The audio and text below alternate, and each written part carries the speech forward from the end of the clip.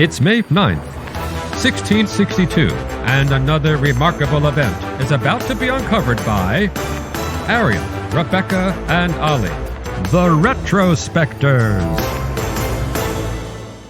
Samuel Pepys's diaries are useful to us in all sorts of ways, bringing us detailed accounts of his proclivity for boozing, carousing, and touching up his mistresses, not to mention his candid reporting of how riding a horse once made his anus feel.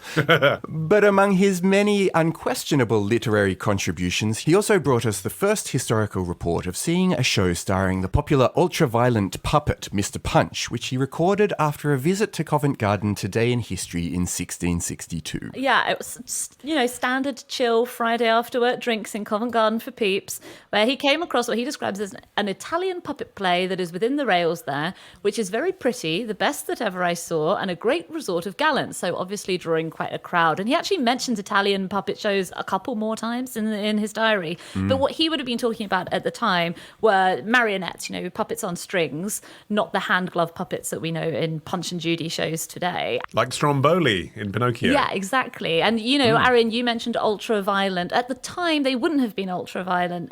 The violence would come later. Well, the violence would sort of come from England, right? Because what's happened is, you've got this Italian tradition of commedia dell'arte, human beings performing in masks, different stock characters, which leads to all sorts of stuff in popular culture, including pantomime here in the UK, which we've talked about before. And this is one of those offshoots where it comes via marionette to then be finger puppet, to then be Mr. Punch, the anglicised version of Pulcinella, which is the character that Pepys would have seen. Pulcinella has the squeaky voice, though, has the beaky mask, carries the slapstick that he hits people with. So all of the foundations are there. And from what we know, the early Punch shows would have been inserting the character into existing stories like Shakespeare plays, often with satirical overtones, because this was considered entertainment for adults. It wasn't aimed at children particularly. The reason that they came to be so violent, it seems like, comes from that corruption of the word Pulcinella into the word punch, which is just a function of English people saying it over and over again and getting it wronger and wronger and wronger until it settles into an English word. And it just feels like at the point where the name became Punch, people just expected it to be violent, so it did become violent. But the one thing he always was, even before he was violent, is an anarchist, basically, wasn't he? And it's, in that sense, it's not a surprise that it's a big hit in 1662, because you've just seen this puritanical era come to an end, and people need this Mr. Blobby-like release from the strictures of London society. Mr. Punch talks truth to power. He talks like a commoner. That's important when most plays of the time are about high society. He can satirise all the current fads in opera and politics. And all of that would have been real welcome relief, wouldn't it, at a time when theatre had been banned for decades? That's right, and you also had this influx of foreign performers coming over to the UK because the kind of traditions of performance had been so stymied by Cromwell that almost you needed foreign talent to be able to restore people's interest in going out and seeing performance in the first place. So the person who is considered to have been the Italian puppet showman that Pepys encountered was a guy called Pietro Gimonde from Bologna. Bologna was immensely popular, so much so that he was actually brought to the court of Charles II to do a royal command performance at Whitehall, and the king was entirely delighted and apparently rewarded Bologna with this gold chain and a medal worth £25, which would have been about I thought you were going to say string of sausages. in today's prices. Yeah, would have been appropriate. But no, just it went right up to the very top of society, this popularity. And it was that very popularity that brought the shift towards the glove puppets, because it was much easier to transport a booth and puppets that you just wore on your hand than it was to set up actual marionettes in a real theatre and, you control them on a real stage. And I think this also probably contributed to making the action of the show is more physical, because I feel like a string puppet can't slap a policeman with a sausage with the same type of relish you can get with your hands, you know. And by the early 1800s, we have evidence that the kind of the standard seaside Punch and Judy show that you might see now, it had started to take form. You know, the classic tale of a man with uncontrollable rage beating his wife and baby and policeman. And as the Punch extended universe continued to expand, the Doctor, the crocodile, the clown, even the devil. Era-specific insertions in the Punch and Judy tale as well. Apparently during World War II, Hitler would often fall victim to Punch's slapstick. And actually that tradition has kind of continued, because one more modern version has depicted a health and safety officer and his clipboard falling afoul of Mr. Punch's, you know, ever-whirring sausage machine. What's weird is that there's a crocodile in it.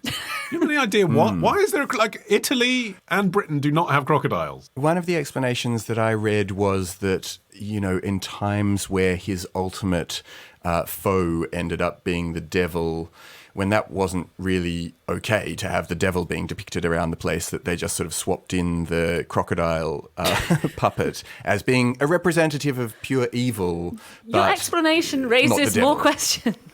That storyline developed over time and through the whole, you know, trial and error system of the sort of hand-me-down, word-of-mouth communication of this story and this puppet via these people who have become known as professors. Yeah, the Punch Man, the puppeteer, became known as Professor. And then there was the bottler, who was the bloke going around collecting the money in a bottle. And it all became quite codified and actually kind of the same all over the country. You could go all over the country and see the same Punch and Judy show. It ended up being just the same template everywhere. Yeah, and Punch's signature voice as well was something that you would have heard up and down the country at any Punch and Judy show. I mean, I'm from Weymouth, so like the sound of this is like embedded in my ears. I've never consciously sat down and watched one of the Punch and Judy shows, but I can hear the noise of Mr. Punch's voice, you know, it haunts my nightmares. This is made using a swazzle, which is a device made of 2 strips of metal on either side of a reed. The professors use it to create that signature kind of squawking noise, but it's actually quite difficult to use. It sits right in the back of the mouth, and you sort of have to whip it in and out when you're doing the voices of the other characters. So it's apparently very easy to swallow. So lots of professors historically would tie a piece of string to it in case they accidentally swallowed it so they could pull it back out. And it's actually been suggested that Judy, being the name of Punch's wife, comes from the use of the swazzle, because the early accounts of the Punch and Judy show, she's called Joan, but apparently it's easier to say the word Judy with a swazzle in your mouth, right. So they changed it. It's funny, isn't it, how much a feature the whole sense of moral panic that I think still greets Mr. Punch and the Punch and Judy show in general today, this idea that, you know, is he a sort of a domestic abuser, that is thought of as a sort of a symptom of the contemporary interaction with Punch and Judy, but actually it really isn't anything new. I found this piece from the Smithsonian magazine that reported that a show that toured the United States back in 1896 troubled one, inverted commas, grave gentleman in the audience enough that he publicly protested, "It's a shame to show such things to children. How can you expect them to have any respect for the law?"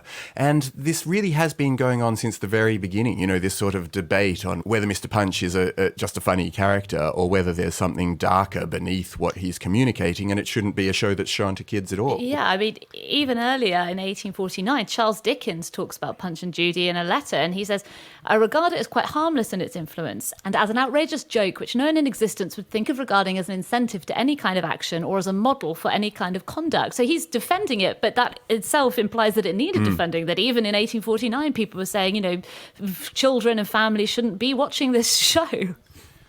Well, the problem is that the child's mind doesn't distinguish between punching up and punching down, does it? That's the thing. Like, as an adult, you can watch it and be glad when he hits the thief or the policeman and feel bad when he hits his own wife and baby. But as a child, you think it's all a bit weird, but you put that down to tradition because the grown-ups have stuck you in front of it. And you don't discern, do you? It's just as funny, isn't it, when he hits the baby over the head? So I suppose that's the concern, isn't it? I mean, it is genuinely, there's no morality imposed upon it at all when you're a kid watching it.